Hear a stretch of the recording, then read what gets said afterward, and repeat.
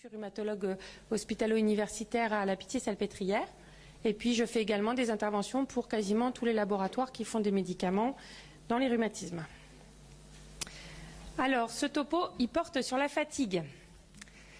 Donc la fatigue, il y a plusieurs façons d'y penser et de la traiter. D'une part, c'est la quantité de fatigue. Puis après, il y a la qualité de la fatigue.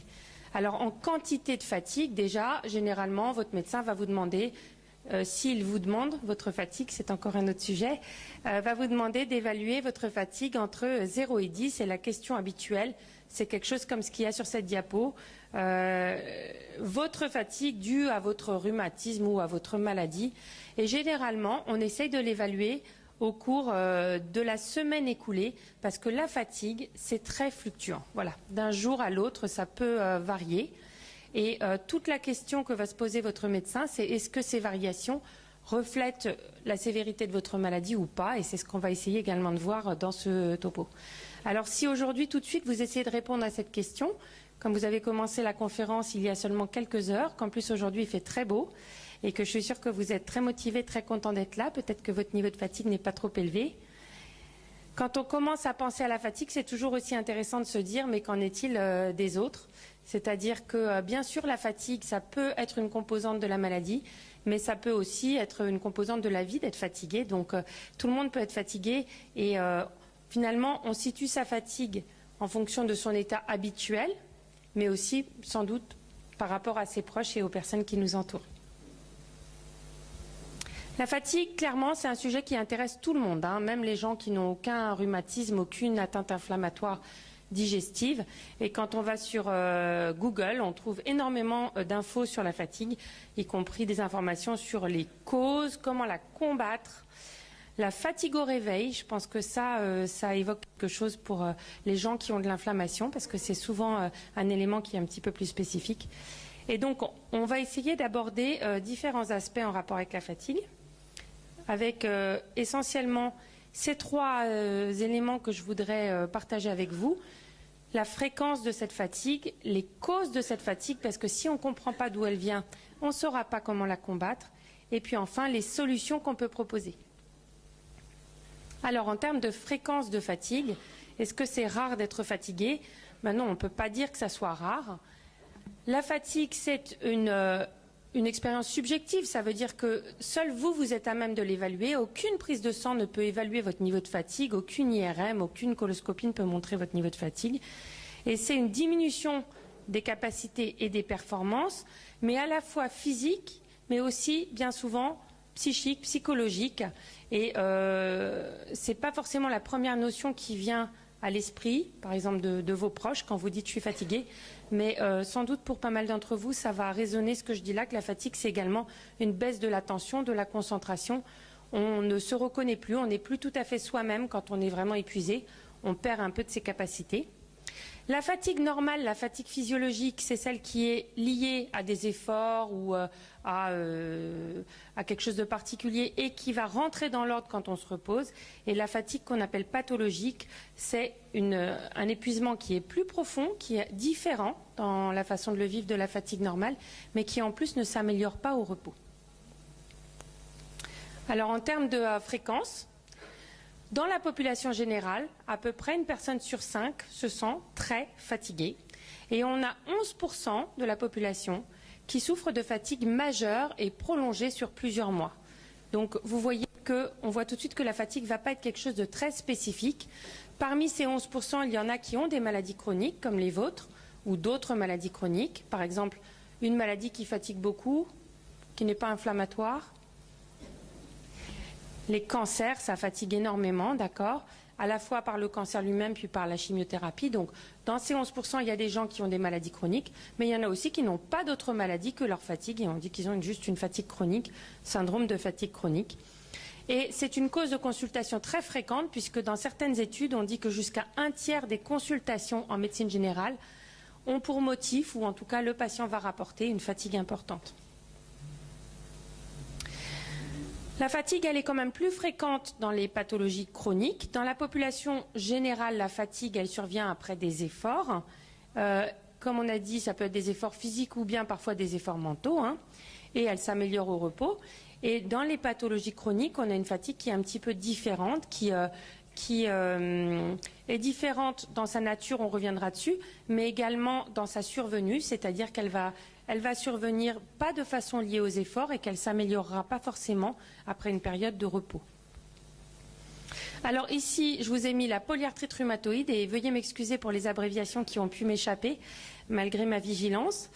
Polyarthrite rhumatoïde PR en haut, je vous ai mis la spondyloarthrite qui est un rhumatisme inflammatoire qui touche plutôt la colonne vertébrale et les maladies inflammatoires chroniques intestinales en bas. Et je vous ai mis ici le pourcentage de personnes qui ont une fatigue conséquente. Vous voyez à droite les variations selon les études. Donc globalement, c'est presque 2/3 des patients qui ont une polyarthrite rhumatoïde qui décrivent une fatigue importante et à peu près la moitié des spondyloarthrites et également des personnes qui ont une MICI. Donc la fatigue, c'est vraiment effectivement très fréquent, avec bien sûr par contre des fluctuations selon l'état de la maladie, selon les périodes de la vie. On n'est pas forcément fatigué tout le temps quand on a une maladie, encore heureux, mais c'est quand même fréquent. La fatigue, c'est également une source de gêne très importante pour les patients. Et je vous le dis, vous allez me dire, mais on le sait, on est des patients, bien sûr, mais c'est peut-être important de savoir qu'on n'est pas seul à vivre avec ça et seul à en souffrir. Quand on demande aux patients quel est leur niveau de gêne lié à la fatigue, eh bien, ils disent généralement que la fatigue est en 2e position dans leurs symptômes et que le premier symptôme, en tout cas en rhumatologie, c'est la douleur. Mais le 2e symptôme, c'est la fatigue. Et j'ai pu trouver que dans les maladies chroniques inflammatoires, également, la fatigue se situe au 2e, au 3e rang au niveau des plaintes de la gêne que ça peut engendrer. Alors, qu'est-ce que c'est exactement que cette fatigue et qu'en disent les patients? Vous voyez, je vous ai mis quelques citations. Il y a eu pas mal d'études qui ont été faites de façon, des études qualitatives où on demande à des patients de nous raconter leur vécu, puis on les enregistre, puis on compare avec ce qu'ont dit d'autres patients pour essayer d'en tirer un petit peu des patterns, des modèles de fatigue. Les gens disent « je me sens si fatigué, ce n'est pas une fatigue normale, pas une fatigue comme quand j'en ai fait trop, juste un épuisement complet ». Ils peuvent dire aussi je ne fais rien mais je suis crevé ». La fatigue, c'est le pire. La douleur, je la supporte. Elle est pire en poussée. La poussée, je sais la gérer, mais la fatigue, c'est ingérable. Donc, on a des notions qui se rapportent à une fatigue qui est extrême, une fatigue qui est physique, mais aussi psychologique et cognitive, c'est-à-dire les capacités à se concentrer. Et puis, ce que disent beaucoup les patients, c'est ce côté imprévisible de la fatigue qui est très perturbant, non mérité, c'est-à-dire j'ai rien fait pour être épuisé aujourd'hui, et puis voilà, ça me tombe dessus. Et du coup, très perturbant pour la vie quotidienne, en particulier pour la vie sociale, puisqu'on a cette fatigue de fond, puis là-dessus survient une espèce de poussée de fatigue qui fait que les plans qu'on a faits, on est obligé de les annuler, ou en tout cas de ne pas être en pleine forme pour mener sa vie. Alors, la fatigue, vraiment, elle peut être, elle n'est pas toujours, mais elle peut être envahissante. Et si on essaie de penser à la fatigue physique, mais aussi la fatigue psychologique ou émotionnelle, c'est-à-dire un petit peu ne pas avoir le moral, mais peut-être aussi être irritable, ne pas être tout à fait soi-même avec ses proches, et puis donc les conséquences que ça peut avoir sur la vie de famille et puis la vie sociale en dehors de la famille. Les patients nous disent que cette fatigue, elle peut envahir tous ces aspects. On a une enquête ici chez 2000 patients qui ont une polyarthrite rhumatoïde en Angleterre. Alors là, non seulement il y a des abréviations, mais en plus c'est en anglais, c'est pour que vous puissiez vous concentrer un peu. Non, mais simplement pour vous dire que vous voyez les pourcentages de patients qui se sentent affectés sur ces 2000 patients. Eh bien, ça va de assez peu de patients, enfin 24% quand même, qui disent j'ai dû changer mon travail à cause de ma fatigue, à 90-91% des patients qui disent ça modifie ma vie sociale. Et ça contribue à ce que je me sente déprimée. Voilà, pas forcément une dépression médicale, mais pas avoir le moral à cause de cette fatigue qui perturbe la vie de tous les jours. Oups là. On va maintenant passer aux causes de cette fatigue. La fatigue dans la population générale, déjà, qu'est-ce qu'on en sait? On sait que les femmes sont plus fatiguées. Alors, moi, je pense que c'est parce que les femmes en font plus, donc voilà. Ça revient à la notion de charge mentale dont on parle beaucoup en ce moment. Bon, ou alors les femmes ont une autre façon d'exprimer leur fatigue, parce que la fatigue, c'est aussi quelque chose qui est très socialement acceptable ou inacceptable, et on reviendra dessus tout à l'heure sur comment les gens peuvent exprimer leur fatigue.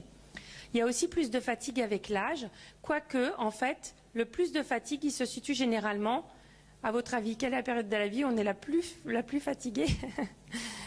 Généralement, c'est entre 30 et 60 ans. Vous voyez, cette période de la vie où il faut tout mener de front.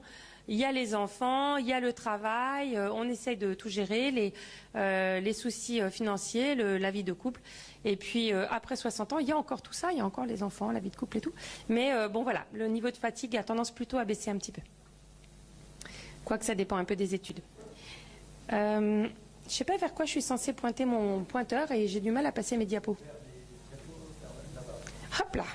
J'en profite pour dire qu'il y a quelques places encore sur la droite, parce qu'il y a pas mal de personnes qui vont être fatiguées d'être debout, en plus.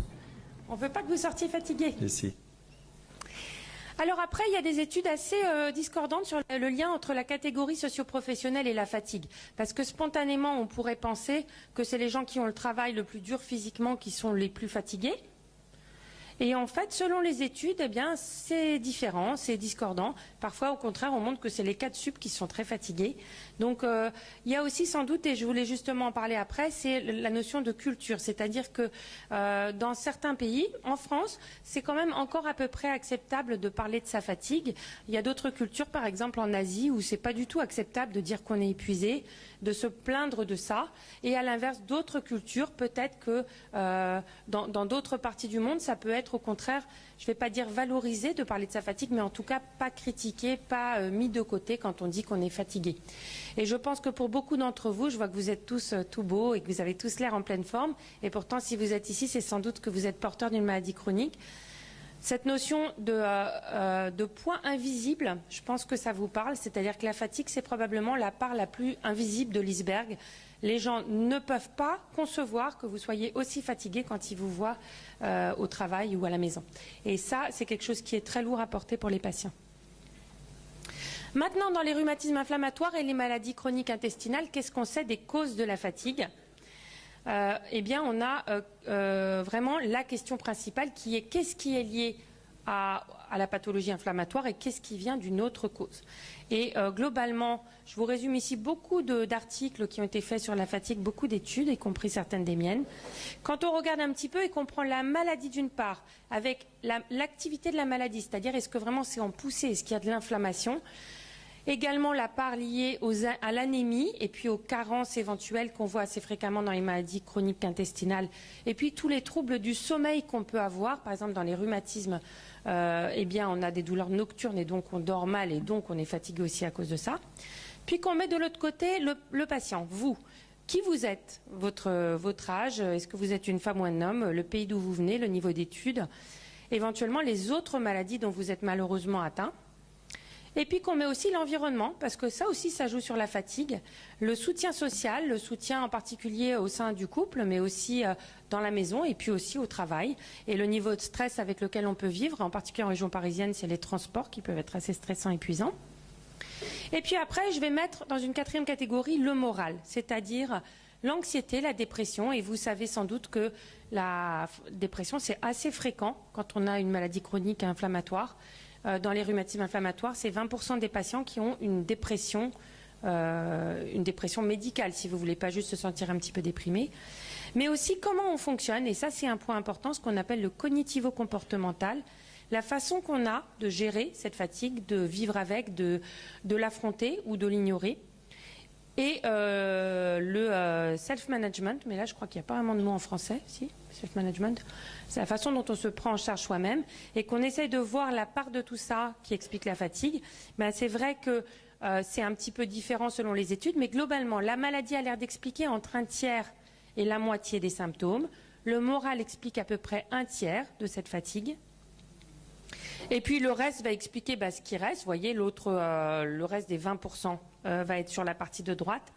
Mais dans tous les cas, même quand on prend tout ça en compte, on réussit à expliquer qu'à peu près la moitié ou les 3/4 de la fatigue. C'est-à-dire qu'il y a des éléments qui nous échappent ou qu'on ne peut pas quantifier avec des échelles, avec des prises de sang, avec des questionnaires sur la dépression. On ne peut pas expliquer la fatigue de tout le monde. Mais ça donne quand même une idée. Vous voyez, la fatigue, elle n'est pas liée uniquement à l'activité de votre rhumatisme.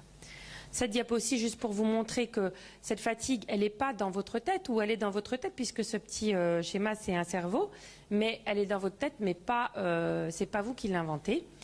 La fatigue, elle est liée à l'inflammation, avec une petite courbe que vous voyez ici, que l'inflammation va induire des modifications du système nerveux central, mais aussi les autres éléments, les aspects cognitifs, comportementaux, comme on l'a dit, le moral, et puis aussi les autres maladies qui peuvent jouer là-dessous. Donc, c'est vraiment un processus assez complexe, avec une partie qui est liée à l'inflammation, vraiment, au rhumatisme ou à la maladie intestinale, et puis une partie qui est complètement différente. J'ai pris quelques diapositives et je remercie le docteur Gilles Torchman qui m'a donné quelques diapositives, et je sais que vous l'entendrez au cours de ce séminaire, je crois qu'il vient demain. Puisqu'il connaît mieux la fatigue dans les maladies inflammatoires que moi. Et donc voilà quelques diapositives de ce qu'il a dit. Il a dit qu'il faut évoquer l'activité de la maladie inflammatoire, l'anxiété, la dépression. Vous voyez, c'est ce que je viens de vous expliquer moi aussi. Il faut penser aux infections qui peuvent venir se surajouter, surtout quand on prend des traitements immunosuppresseurs, des traitements qui favorisent les infections. Des anomalies du système endocrinien comme le diabète. La fatigue physiologique qu'il ne faut pas négliger. Ce n'est pas parce qu'on a un rhumatisme ou une myquie qu'on n'a pas le droit d'avoir aussi un manque de sommeil, une inadaptation au travail ou un surentraînement physique. Donc ça, c'est intéressant qu'il dise ça. Les gens qui finalement se forcent trop, vont trop loin et du coup sont tout le temps fatigués. Et puis le syndrome carentiel, donc les carences, si vous voulez, en vitamines, en fer, en folate et éventuellement l'anémie. Et puis, il faut penser aussi au traitement, en particulier la cortisone. Alors, la cortisone, elle ne fatigue pas elle-même, mais c'est quand on baisse la dose de cortisone que vos propres glandes surrénales qui fabriquent la cortisone peuvent ne pas se remettre en marche. Elles se sont mises au repos pendant le traitement par cortisone. Si elles ne se remettent pas en marche, eh ben, on peut être vraiment très, très fatigué. Et puis, le méthotrexate, on reviendra dessus dans quelques minutes. Et enfin, quand on prend des médicaments, que ce soit pour dormir ou pour le moral, ça peut entraîner également une fatigue. La fatigue, elle peut aussi avoir la cause psychologique, on va dire. Et vous voyez, je vous ai dit 20% de dépression dans la polyarthrite, par exemple.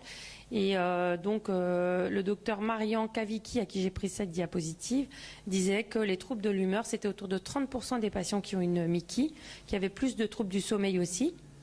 Et que ça peut être lié à beaucoup de choses. La peur de la rechute, l'inquiétude sur l'avenir, mais aussi les hospitalisations, les examens, les arrêts de travail. De toute façon, une maladie chronique, ça perturbe énormément la vie. Et ça peut influencer, bien sûr, la fatigue. Alors, est-ce qu'il y a des éléments qui peuvent nous aider pour savoir si c'est vraiment le corps qui est fatigué ou si c'est peut-être l'esprit ? Le docteur Torchman, lui, dit que la fatigue organique, la fatigue physiologique, la fatigue du corps, si vous voulez, c'est plutôt le soir, c'est lié aux efforts, c'est assez constant d'un jour à l'autre et ça s'améliore quand on se repose, et que l'origine psychique, en particulier quand on est déprimé, on est fatigué, ça prédomine le matin, c'est très variable d'un jour à l'autre, et on a beau se reposer, ça ne rentre pas dans l'ordre. Donc je ne sais pas si ça peut vous aider un petit peu quand vous souffrez de fatigue, pour savoir un petit peu vers qui vous tournez et qu'est-ce qu'on peut proposer. Donc ce qu'on peut retenir ici juste, parce que je pense que c'est vraiment important, c'est que votre rhumatisme ou votre myquie n'explique qu'une partie de votre niveau de fatigue. Et pour revenir à ma première diapo, où je disais votre conjoint est peut-être fatigué, votre fille est peut-être fatiguée, votre sœur, votre frère aussi. Et il y a plein de choses qui jouent dans la fatigue. Le moral est important aussi. Mais il ne faut pas non plus oublier que la façon dont on gère sa fatigue, ça va aussi influencer la façon dont on la vit. Et maintenant, je vais passer à ce que je peux vous proposer comme solution. Et je crois que je suis juste dans les temps, monsieur le modérateur. Sur les solutions, vous voyez, ça va un petit peu se déduire de ce qu'on a dit par rapport aux causes.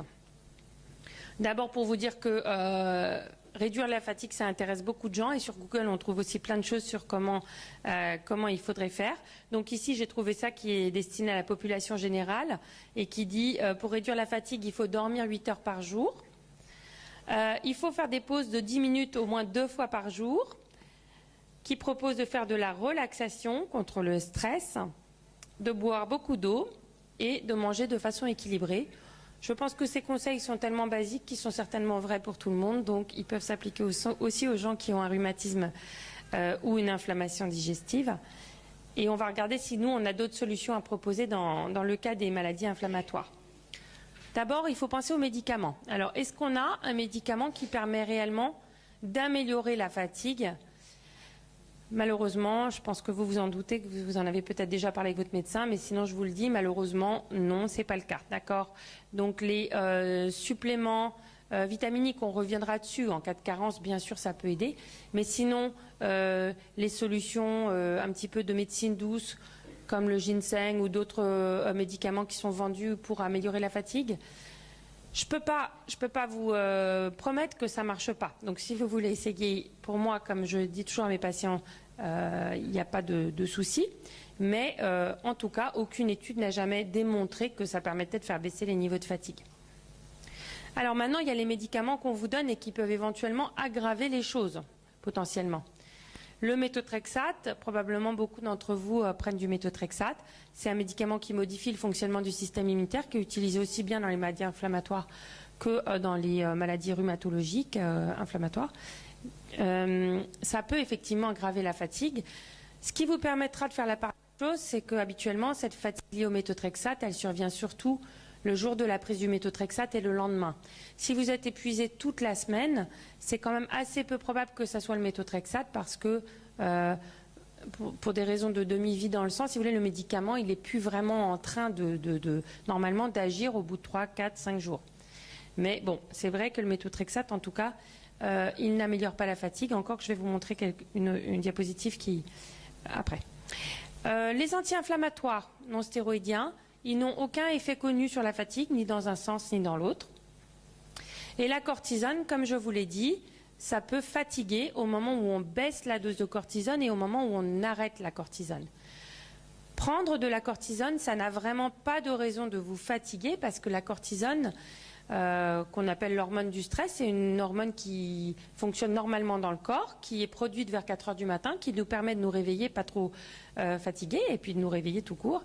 Et après d'attaquer notre journée, c'est une hormone qui au contraire contribue à lutter contre la fatigue, si vous voulez. Donc logiquement, prendre de la cortisone par la bouche, ça ne peut pas vous fatiguer. Par contre, quand on baisse la cortisone, en particulier en dessous de 5 mg par jour, eh bien, il faut que le corps relance la production, puisque le corps, lui, produit 5 mg de cortisone par jour normalement. Et la relance ne se fait pas toujours pleinement au moment de la décroissance. D'ailleurs, on peut même être fatigué en passant de 8 à 7, par exemple. Vous voyez, 8 mg à 7 mg. Bien qu'on soit au-dessus des doses que le corps produit normalement, si votre corps a pris l'habitude de fonctionner avec 8 mg, même de baisser d'1 milligramme, ça peut vous fatiguer un peu. Et dans ce cas-là, mon conseil, c'est vraiment, tenez bon, accrochez-vous. Il va falloir 2 à 3 semaines pour que le corps retrouve un petit peu son énergie. Mais si vous remontez d'1 milligramme la cortisone juste parce que vous êtes fatigué, ben, on ne va jamais réussir à la baisser, quoi. C'est une période assez difficile, la baisse de la cortisone. Cela dit, ce que je voulais vous dire sur les traitements et le méthotrexate en particulier, c'est que dans les rhumatismes inflammatoires, 20% des patients disent qu'ils ne sont pas fatigués. C'est d'ailleurs un peu mon expérience personnelle, puisque moi je demande toujours la fatigue en consultation. J'ai vu qu'il y avait quelques patients à moi ici, donc ils le savent. Et c'est vrai qu'il y en a qui me disent bon non, je ne suis pas fatiguée, je suis à 0 à toutes les consultations.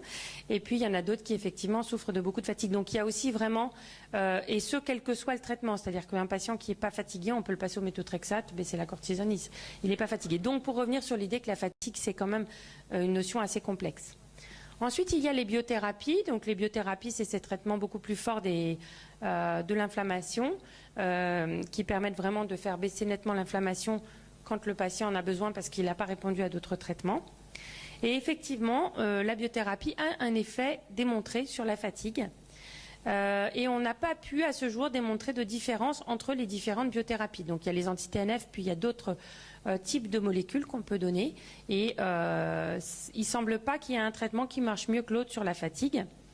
Globalement, il y a un effet modéré. Donc, je vous ai mis ici, ça correspond à un effet 0,4. Alors, évidemment, ça ne vous parle pas trop, mais j'ai essayé de vous mettre en dessous à quoi ça correspond. Si on reprend notre petite échelle de douleur 0,10, une baisse de 0,4, ça correspond à une baisse de 1,5 à 2 points. Donc vous imaginez bien que si vous partiez par exemple de 6 de fatigue et que vous vous retrouvez à 4, je pense que vous êtes assez content parce que 4 de fatigue c'est quand même plus gérable que 6. Si vous partiez de 8 et que vous atteignez 6, je pense que vous êtes encore crevé et que vous ne vous sentez pas tellement mieux. Donc, et ça c'est à l'échelle d'un groupe de patients. Donc certains patients vont s'améliorer très nettement et d'autres vont à peine s'améliorer ou pas du tout s'améliorer avec la biothérapie. Par contre, je ne veux pas donner de faux espoirs. Si au bout de 2 mois de biothérapie, vous êtes toujours aussi fatigué, la probabilité que ça baisse ensuite est quand même assez faible par l'effet du médicament. Vous pouvez être moins fatigué pour d'autres raisons, parce que vous vous êtes mis à la relaxation, parce que vous avez fait d'autres choses, on va en parler après. Mais au niveau de la biothérapie, l'effet se fait sentir assez rapidement. Alors, cette petite diapositive à nouveau dans les Mickey, avec ce petit bonhomme qui bouge du docteur Torgman. Donc, ce qu'il dit pour les Mickey plus spécifiquement, qu'il faut d'abord mettre la maladie en rémission. Et je crois que ça rejoint tout à fait ce que j'essaie de vous dire sur les traitements. C'est-à-dire que d'abord, il faut qu'on agisse sur la fatigue qui est liée à la maladie. Et cette fatigue-là, on peut l'atteindre quand on atteint la maladie, quand on essaie de faire baisser l'inflammation. Mais ensuite, les autres choses qu'il faut faire, en particulier dans les Mickey, c'est corriger les carences avérées. Et donc, bien que ça ne soit pas démontré l'effet sur la fatigue, il est tout à fait logique chez les patients qui ont une Mickey et qui ont des carences, d'aller substituer ces carences. Ça peut être des vitamines, ça peut être des oligo-éléments qui sont manquants. Donc, parlez-en avec votre médecin qui pourra vous dire quel type de supplément prendre. Il faut prendre en charge les problèmes psychologiques aussi, je reviendrai dessus dans une minute, et puis aussi discuter le rôle des médicaments, ça j'ai essayé de vous en parler à l'instant. Alors, cela dit, même si on met les gens en rémission, on ne réussit pas toujours à améliorer la fatigue. En gros, en rhumatologie et aussi dans les Mickey, à peu près 25% des patients qui sont en rémission entre guillemets, c'est-à-dire qui n'ont pas d'inflammation, que ce soit dans la prise de sang, par la coloscopie, par l'IRM, par l'échographie, par l'examen clinique, on n'a plus d'argument que la maladie est inflammatoire. Donc c'est ça qu'on appelle la rémission. Eh bien, ils sont quand même très fatigués. Donc vous voyez qu'on retombe sur cette idée que la fatigue, c'est vraiment polyfactoriel et qu'on va traiter l'inflammation, mais que ça ne va pas tout faire disparaître. D'ailleurs, je pense aussi que c'est important, cette notion de différence de langage, parce que quand nous les médecins on dit rémission, c'est ça qu'on veut dire. On veut dire vous n'avez plus d'inflammation. On ne veut pas dire que vous êtes guéri et on ne veut pas dire non plus que vous allez parfaitement bien, mais qu'on a traité l'inflammation autant qu'on savait le faire. Alors, à part les mesures médicamenteuses qui sont assez limitées, comme je vous l'ai dit, il y a les mesures non médicamenteuses. Et la principale, celle qui a vraiment démontré une efficacité, eh bien, c'est l'activité physique. Et vous vous souvenez tout à l'heure d'un effet de taille des biothérapies de 0,4. Eh bien, vous voyez que le sport est à 0,36. Donc, on obtient les mêmes résultats en faisant régulièrement de l'activité physique qu'en s'injectant un traitement qui coûte 10 000 € et qui, en plus, modifie quand même assez profondément le fonctionnement du corps. Je ne dis pas que les biothérapies ne sont pas des bons médicaments. Ce sont d'excellents médicaments. Mais je pense, et je pense que la plupart de mes collègues seront d'accord, qu'on ne prescrit pas une biothérapie pour de la fatigue seule. Ça n'a pas de sens puisque la biothérapie, elle marche sur l'inflammation, donc c'est l'inflammation qu'il faut traiter. Alors l'activité physique, quelle activité physique va agir sur la fatigue? Eh bien, toutes les activités physiques. L'idée, c'est de relancer un petit peu la machine. Donc, ça va être marcher plus, tout simplement, mais aussi tous les sports qui mettent en condition aérobie, c'est-à-dire les sports où votre cœur s'accélère, où vous transpirez, voilà, la course à pied, tous les sports d'équipe, toutes les activités, je sais pas, la gym, le step, la natation qui est très bien et qui est très recommandée en rhumatologie parce que ça ne force pas sur les articulations, mais globalement, ce qu'on sait, c'est que augmenter l'activité physique permet d'aider à régler le rythme jour-nuit et permet d'agir sur la fatigue, permet d'agir sur la sensation de fatigue. Même si au départ c'est difficile et qu'on a du mal à se lancer. Et vous savez que les recommandations de l'Organisation mondiale de la santé, c'est de faire 10 000 pas par jour. Si vous n'en avez pas déjà, je vous encourage à vous acheter un bracelet traceur d'activité comme le mien, ou n'importe lequel autre. Hein, j'ai pas d'action chez les traceurs d'activité, mais en tout cas de suivre un petit peu votre activité physique et d'essayer de vous forcer effectivement à vous déplacer, à bouger votre corps en fait, hein, à forcer les muscles à travailler. Il y a plein d'effets positifs, alors la fatigue bien sûr, mais aussi la santé générale, le système cardiovasculaire et même un petit peu un rôle sur l'inflammation de faire de l'activité physique, un rôle favorable. Après les autres mesures, c'est l'heure, oui, c'est ma dernière dia, c'est l'alimentation équilibrée. À ce niveau-là, pas de recommandation pour des régimes particuliers, comme des régimes sans gluten ou des régimes sans produits laitiers ou autres. Sachez à nouveau que si vous voulez le faire, libre à vous bien évidemment, mais que ça n'a pas d'effet démontré sur la fatigue. Voilà, il faut quand même le dire. Après, si les gens veulent tenter des régimes, moi je dis toujours vous pouvez les tenter, si toutefois ça n'altère pas le reste de votre état de santé et si ça n'induit pas de carence et que ça ne vous empêche pas de prendre vos autres traitements. En tout cas, le régime qui a montré un petit effet anti-inflammatoire au sens large, c'est le régime méditerranéen que je vous invite à aller chercher sur Internet. C'est un régime qui est riche en poissons et en légumineuses et pauvre en viande rouge et en produits laitiers. Et puis enfin, quand on est déprimé, eh bien, il est important de ne pas négliger cet aspect-là et d'obtenir un soutien psychologique, voire médicamenteux si besoin. Je vais sauter celle-ci qui dit que le cognitivo-comportemental, la façon dont on gère la fatigue, on peut aussi travailler dessus. Ça n'est ni une psychanalyse ni un médicament pour la dépression, c'est des séances cognitivo-comportementales qui permettent de changer la façon dont on réagit face à la fatigue. Ça ne fait pas baisser la fatigue, mais ça permet de mieux vivre avec. Cela dit, encore faut-il trouver ce genre de séance et ce n'est pas évident. Certains hôpitaux le proposent dans le cadre des programmes d'éducation thérapeutique. C'est notre cas à la Pitié, mais pas que la Pitié. Voilà. Et puis, donc, gérer sa fatigue, c'est important également. Et ça, vraiment, c'est ce qu'on appelle le self-management. Trouver des temps pour soi, trouver son rythme, avoir des activités de détente et puis, bien sûr, essayer d'avoir un bon sommeil. Ce sont des mesures certainement vraies pour tout le monde, mais en particulier pour les gens qui ont une maladie inflammatoire. Donc, pour conclure, la fatigue, c'est fréquent. C'est vrai que c'est gênant. C'est lié à l'activité de la maladie, mais pas seulement. Les traitements de fond sont efficaces pour traiter la part inflammatoire de la fatigue. Et d'ailleurs, je vois que j'ai sauté ma diapo, mais j'avais une diapo que j'ai enlevée, où je vous montrais que les patients sous méthotrexate, à l'échelle d'un groupe, ne sont pas plus fatigués que les patients sans méthotrexate. C'est pour ça que c'est difficile de tout mettre sur le dos du méthotrexate, parce que le méthotrexate, il diminue aussi l'inflammation. Je parle de celui-là, mais d'autres traitements de fond aussi. Donc, vous voyez qu'on est dans une balance là.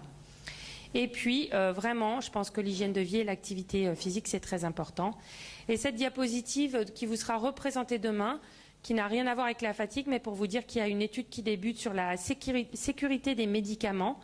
Et c'est un registre où vous pouvez vous inscrire et noter vous-même vos effets indésirables, les infections, les événements indésirables, mais aussi la fatigue. Et ça permettra d'avoir une vision beaucoup plus globale de ce qui se passe en France chez les patients qui ont de l'inflammation. Je m'arrête ici et je serai ravie de répondre à vos questions.